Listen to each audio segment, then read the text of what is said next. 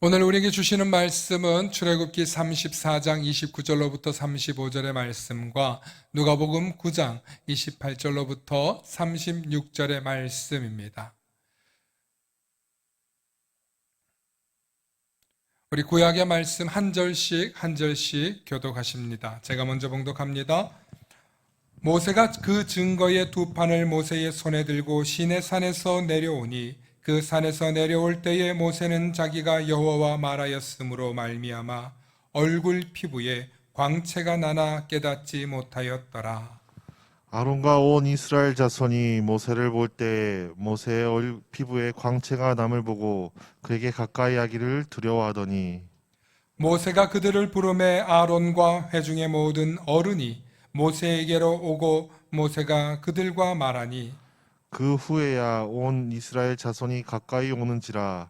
모세가 여호와께서 시내산에서 자기에게 이르신 말씀을 다 그들에게 명령하고 모세가 그들에게 말하기를 마치고 수건으로 자기 얼굴을 가렸더라. 그러나 모세가 여호와 앞에 들어가서 함께 말할 때에는 나오기까지 수건을 벗고 있다가 나와서는 그 명령하신 일을 이스라엘 자손에게 전하며 함께 하십니다. 이스라엘 자손이 모세의 얼굴에 광채를 보므로 모세가 여호와께 말하러 들어가기까지 다시 수건으로 자기 얼굴을 가렸더라. 아멘. 복음서의 말씀 제가 봉독합니다. 이 말씀을 하신 후 8일쯤 되어 예수께서 베드로와 요한과 야고보를 데리고 기도하시러 산에 올라가사 기도하실 때에 용모가 변화되고 그 옷이 휘어져 광채가 나더라. 문득 두 사람이 예수와 함께 말하니 이는 모세와 엘리야라. 영광 중에 나타나서 장차 예수께서 예루살렘에서 별세하실 것을 말할세 베드로와 및 함께 있는 자들이 깊이 졸다가 온전히 깨어나 예수의 영광과 및 함께 선 두 사람을 보더니 두 사람이 떠날 때에 베드로가 예수께 여짜오되 주여 우리가 여기 있는 것이 좋사오니 우리가 초막셋을 짓되 하나는 주를 위하여 하나는 모세를 위하여 하나는 엘리야를 위하여 하사이다 하되 자기가 하는 말을 자기도 알지 못하더라. 이 말할 즈음에 구름이 와서 그들을 덮는지라. 구름 속으로 들어갈 때에 그들이 무서워하더니 구름 속에서 소리가 나서 이르되 이는 나의 아들 곧 택함을 받은 자니 너희는 그의 말을 들으라 하고 소리가 그침에 오직 예수만 보이더라. 제자들이 잠잠하여 그 본 것을 무엇이든지 그때에는 아무에게도 이르지 아니하니라. 아멘. 오늘 말씀의 제목을 함께 선포해 주시기 바랍니다.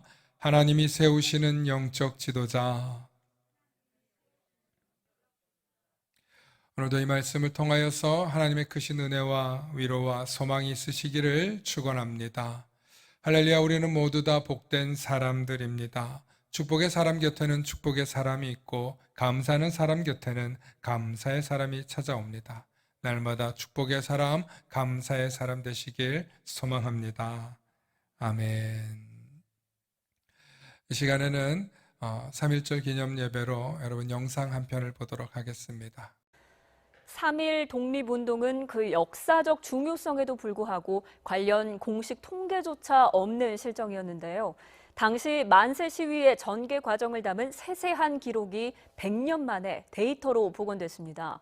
YTN 데이터 저널리즘 팀이 관련 자료를 토대로 지도로 다시 시각화했습니다. 함영건 기자가 전해드립니다.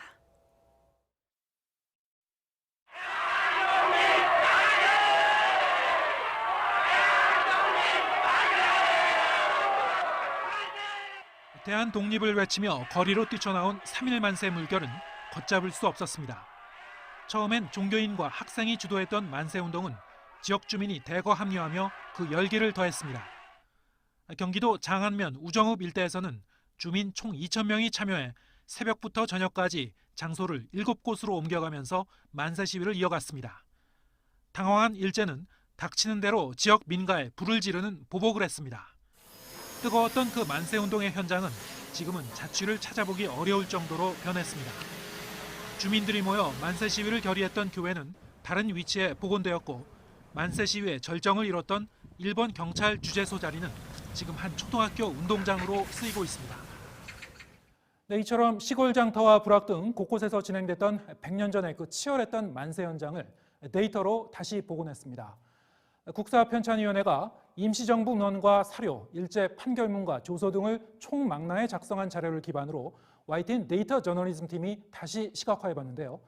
3월 1일을 기점으로 만세 시위가 순식간에 퍼져나가는 양상을 한눈에 볼 수 있습니다. 날짜가 지날수록 만세 시위지가 점으로 누적되어 표시되고 있습니다. 남쪽으로는 제주와 전남, 경남, 그리고 북쪽으로는 한북과 평북 지역으로 전방위로 확산됐습니다. 지금처럼 교통이나 통신이 발달하지도 않았던 시절이었지만 한반도 전체를 만세 물결로 빼곡히 메우는 데는 한 달이 채 걸리지가 않았습니다. 만세 시위 건수는 1692건으로 집계되었는데 앞서 보신 경기도 화성의 경우처럼 개별 장소별 시위를 나눠서 세어보면 훨씬 더 많아질 수 있습니다. 시위 참여 인원도 국내에서 최대 100만 명에 달했고 사망자도 최대 900명이 넘는 것으로 추정이 됐습니다. 3월 1일부터 석 달간의 만세 시위 추이를 다시 살펴보겠습니다. 만세 시위는 꾸준히 증가하면서 그 양상도 격렬해졌습니다. 유관순 열사가 이끈 아우네 장터 시위가 있기도 했던 4월 1일에 그 정점을 이룬 뒤에 5월을 넘어서 연말까지도 간헐적으로 이어졌습니다. 특정한 직업이 없이 동네 주민이나 아니면 노동자, 농민, 상인, 그리고 학생, 어린이까지 모두 조직할 수 있으면 조직하고 참여할 수 있으면 참여하면서 거족적인 항쟁으로 이어졌습니다. 그래서 아마 3.1운동의 주역을 꼽으라고 한다면 민중이라고 얘기하고 싶습니다.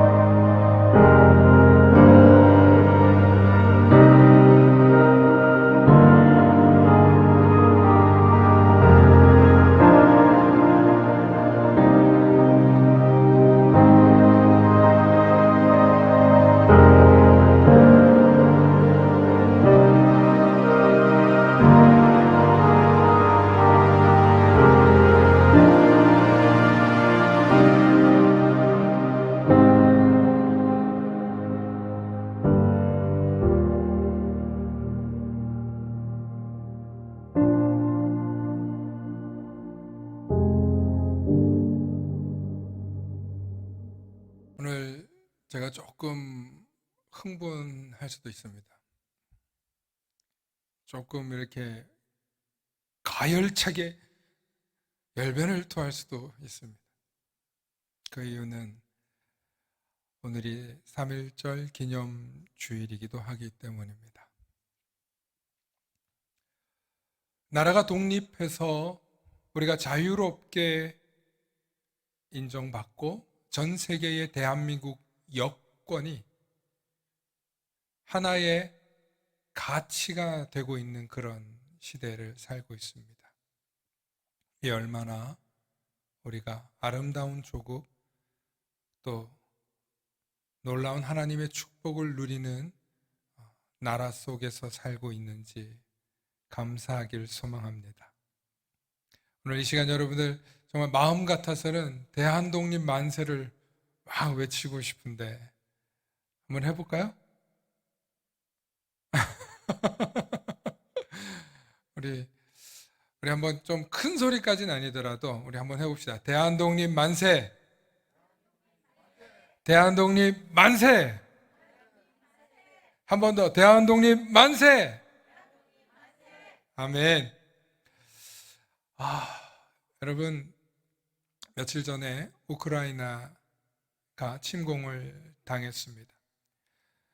미국과 영국과 러시아가 우크라이나가 핵을 포기하면 지켜주겠다고 했던 약속을 어기고 러시아는 침공을 했고 미국과 영국은 전쟁 난다는 소리만 해줬지 도움을 주지 않았습니다.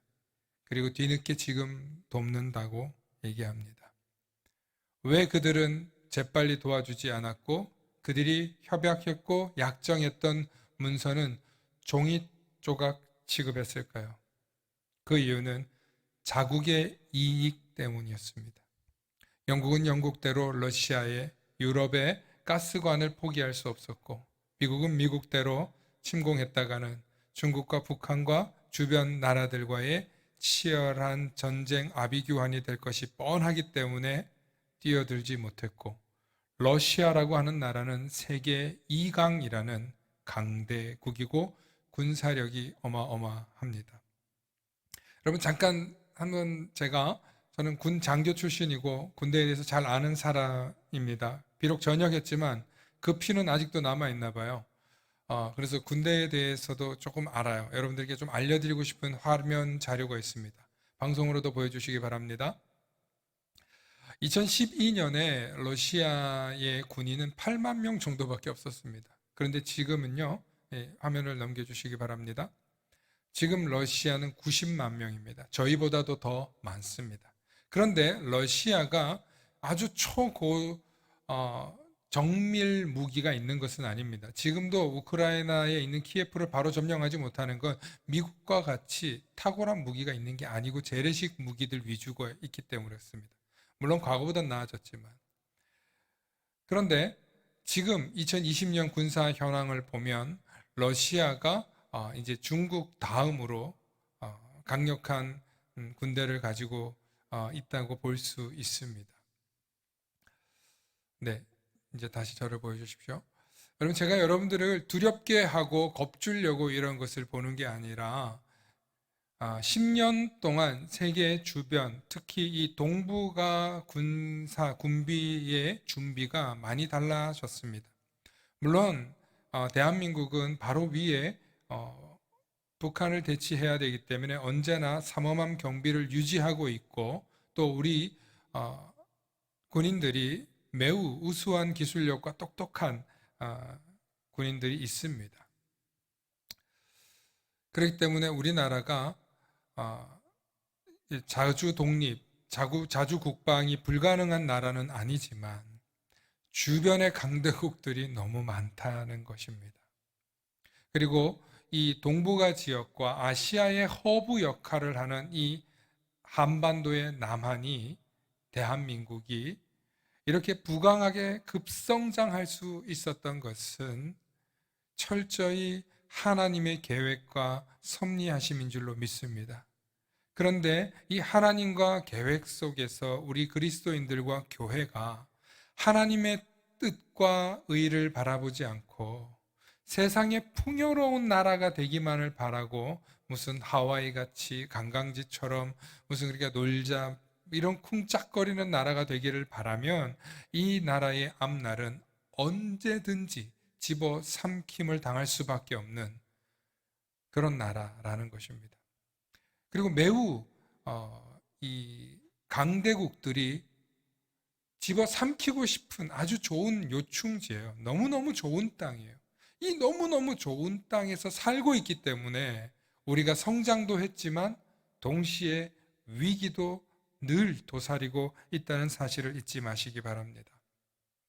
제가 오늘 이런 말씀을 드리는 것은 이 나라의 자주 독립과 자주 국방을 가지고 있는 저와 여러분들이 해야 할 일이 무엇인가? 독립된 나라 속에서 살고 있는 것을 감사하자 이 말입니다. 우리 감사하십니까? 정말 감사하십니까? 이번에 목요일 날 그렇게 지금 폐허가 된 우크라이나를 바라보면서 여러분들 심정이 어떠십니까? 남의 일 같습니까? 저는 남의 일 같지 않아서 마음이 너무 아프고 정말 더 정신을 바짝 차려서 말씀을 준비하면서 여러분들과 우리가 교회가 해야 할 일이 무엇인가를 다시 한번 뼈저리게 느끼는 며칠이었습니다. 우리가 이제 뭐 대선 가지고 나라에서 뭐 이쪽 편이다 저쪽 편이다 싸우는데 늘 말씀드리지만 정치하는 사람들은 누가 정치인들의 편이에요? 자기들끼리 편이에요. 막 싸우는 것 같지만 여러분, 우리가 누구 편 들어준다고 해서 그 사람들이 우리한테 밥숟가락 하나 더 얹어주고 우리 어깨 주물러 줄 것 같습니까? 아니에요. 진짜 국가를 다스리는 사람들은요, 공무원들이에요. 그 공무원들을 잘 교육하고 그 공무원들이 잘 방향을 가도록 해주는 것이 국회의원이고 대통령일 수 있지만, 그런데요, 공무원들이 아무리 안 움직이려고 해도 정치인들이 뭐 너무너무 잘한다고 해서도 못 따라가고요, 너무너무 못한다고 해서도 또 못 따라가지도 않습니다. 그러니까 우리나라 국민들의 공무원들 수준이 많이 올라간 거는 여러분들이 민주주의에 뜨거운 관심을 갖고 여러분들의 투표권을 행사하시고 또 여러분들의 자유의사를 많이 얘기하고 개선하면 공무원들도 성장하는 줄로 믿습니다. 여러분, 지도자 한 사람을 정말 잘 뽑아놨다고 해서 나라가 완전히 개혁되고 개방되는 것 아닙니다. 그런 시기도 있었지만 지금은요, 아주 보편화되었고 또 표준화되었습니다. 그래서 정책을 얘기하는 걸 들어보면요, 뭐가 다른지 잘 모르겠습니다. 조금 더 듣기 좋은 얘기 쪽으로밖에 할 뿐이지 크게 다른 게 없어요. 그러니까 제발 여러분, 정치 문제 가지고 또 누구를 찍느냐 마느냐 문제 가지고 여러분들 현혹되지 마시고 여러분들 소신껏 하시길 바랍니다. 그런데 이거 가지고 싸우지도 마시고, 그분들도 다 사람이기 때문에 실수와 또 문제점이 왜 없으시겠죠. 근데 너무 네거티브로 가니까, 그분들도 훌륭하니까 거기 나오신 분들은 아니에요. 다 저보다도 훌륭한 분들이니까 거기 일하시는 분들 아니에요. 그런데 막 언론이 사람들을 전부 다 서로 나쁜 놈을 만들고 있는 거죠. 이렇게 부정적인 여론이 대한민국을 들끓고 있는 이 대선 시점에서 우리가 해야 될 일이 뭐냐? 정말 하나님께서 쓰실 귀한 지도자가 세워지길 기도하시길 바랍니다. 그리고 꼭 그 지도자뿐만 아니라 그를 통하여 일할 영적으로 깨어있는 지도자들이 채워질 수 있도록 우리 그리스도인들이 해야 될 일은 기도하는 일인 줄로 믿습니다.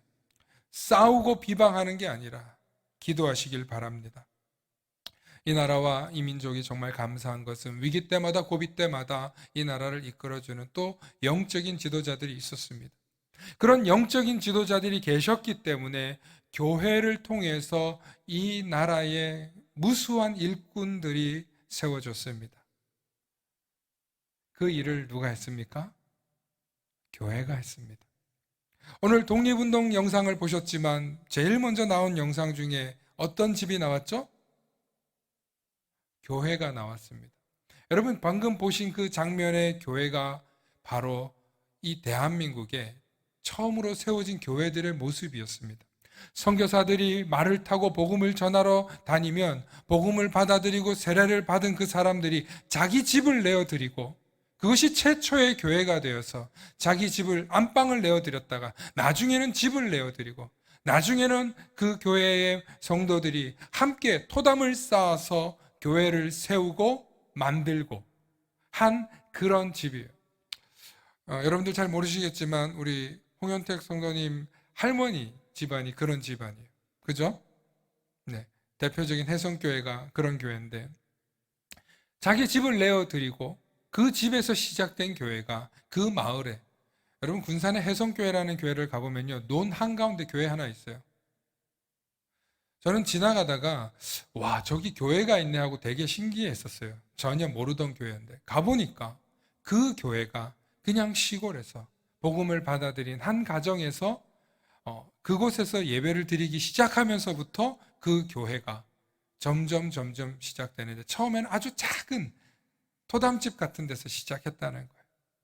오늘 영상에서 보신 그런 토담집 같은 교회들을요, 전국 방방 곳곳에서 하나 둘씩 내어드리면서 교회가 세워지고 성도들이 모이고 하면서 그곳에서 인재가 길러지는 거예요. 자녀들이 성경을 배우고 글을 배우고, 그리고 서방 세계가 어떻게 돌아가는지 역사를 배우고, 또 세계사를 배우면서 그곳에서 뭘 키웠어요? 꿈을 키우는 거예요. 비전을 키우는 거예요. 그리고 내가 크면은 이 나라에 훌륭한 사람이 되겠다. 이 가난하고 어려운 이 나라를, 가난을, 굶주림을, 황폐한 이 땅, 전쟁으로 완전히 참담한 이 땅을 우리가 바꾸어 보겠다 하는 그런 교육을 누가 했냐? 교회가 했다, 이 말이에요. 목회자들을 통해서, 또 그리스도인들을 통해서 이 복음들이 전파되면서 이 나라와 이 민족이 여기까지 괄목할 만한 성장을 이루는데 교회를 통해서 하나님이 일하셨다는 것을 잊지 마시길 소망합니다. 그럼에도 불구하고 엊그제 어떤 방송을 보니까 독일 사람들, 스웨덴 사람, 프랑스 사람이 와가지고 이런 얘기를 해요. 야, 대한민국이 100년 전에는 최빈 국가였다는 거예요. 가장 가난한 나라였다는 거예요. 그런데 100년 만에 세계를 선도하는 K-팝, 한류 문화, K 컨텐츠, 반도체를 이끄는 나라가 되다니, 이거는 기적 중의 기적이고 전 세계에 단 한 번도 없었던 일이고 어느 나라도 이렇게 괄목할 만한 성장을 이룰 수 없다는 거예요. 그러다 보니까 여러 가지 문제도 있고 아노미 현상도 있고 갈등도 있고, 특별히 가장 심한 게 세대 간의 갈등, 자살률, 교통사고 사망률, 또 산업재해, 이런 모든 문제들이 있는 것도 사실입니다.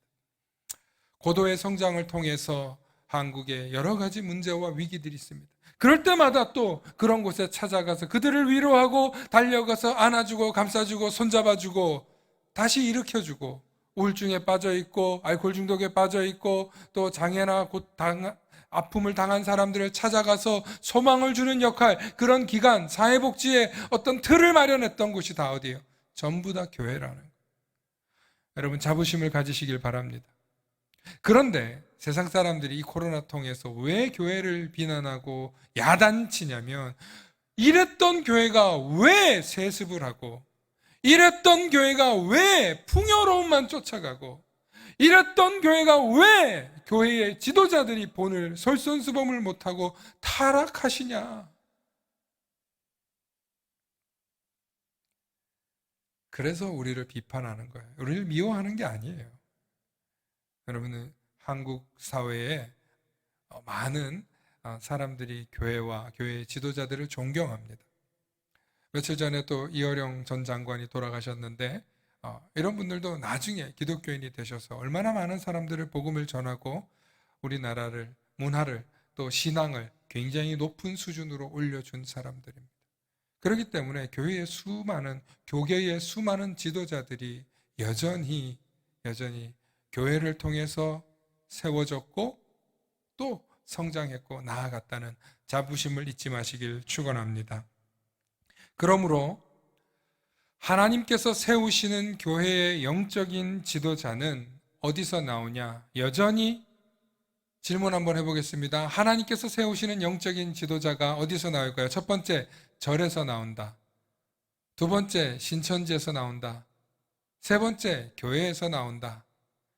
네 번째, 원불교에서 나온다. 다섯 번째, 이슬람에서 나온다. 어디서 나오겠습니까? 하도 쉽게 내니까 우리 나일이도 아침에 맞추더라고요. 여러분, 교회에서 나오는 거예요.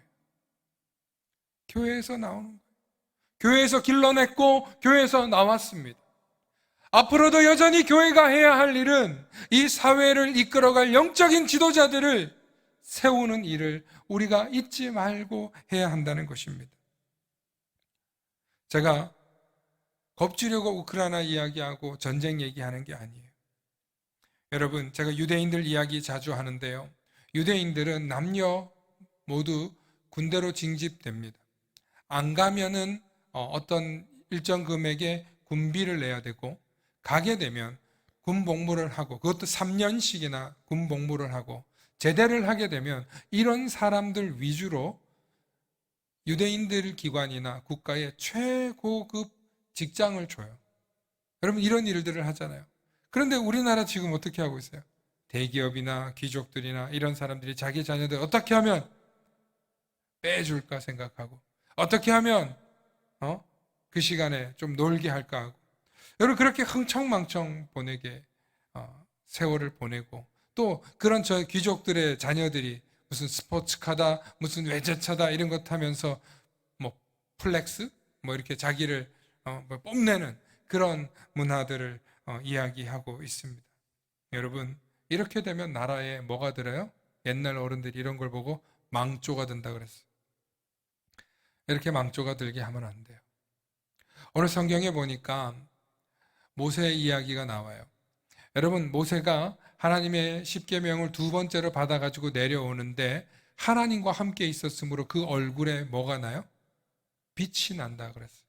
그래서 그 빛이 얼마나 대단한지 그 빛을 수건으로 가렸다는 거예요. 그 장면을 본 아론과 이스라엘 백성들, 그리고 노인들조차도 모세를 통해서 감히 쳐다볼 생각을 하지 못하고 깜짝 놀랍니다.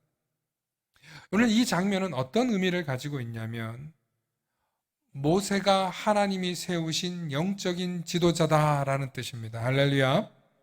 자, 오늘 두 번째로 읽은 누가복음 9장의 말씀을 보면 예수님께서 모세와 엘리야와 함께 이야기를 나누시면서 변화산에서 변화하시는 모습을 보이는데, 우리 예수님께서는 그 얼굴만 밝은 게 아니라 그 온몸에서 광채가 나더라는 것입니다.